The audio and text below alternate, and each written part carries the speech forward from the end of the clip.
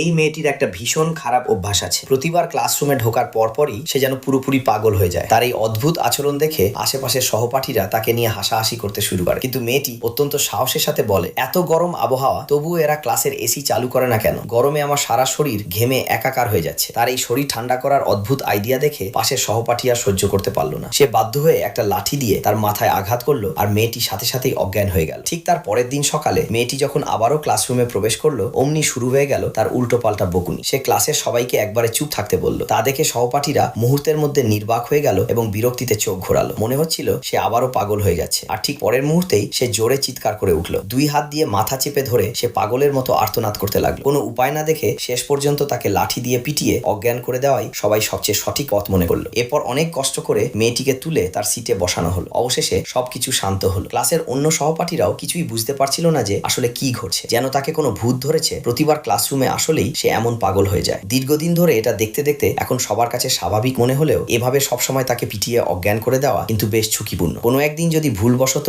হাত ফসকে বড় কোনো দুর্ঘটনা ঘটে যায় তবে তো মারাত্মক সমস্যা হয়ে যাবে। এরই মধ্যে কয়েক মিনিট কেটে গেল এবং ক্লাস শুরুর সময় হয়ে গেল। ক্লাসে ঢুকেই শিক্ষিকা যখন মেয়েটিকে বেঞ্চে ঘুমাতে দেখলেন তিনি ভীষণ রেগে গেলেন। ভাগ্যিস পাশের সহপাঠী মেয়েটিকে সময় মতো জাগিয়ে দিয়েছিল, কিন্তু একই সে কেনই বা নিজের স্কুলের ইউনিফর্ম খুলে ফেলেছে। মেয়েটি দেখতে সুন্দরী এবং আকর্ষণীয়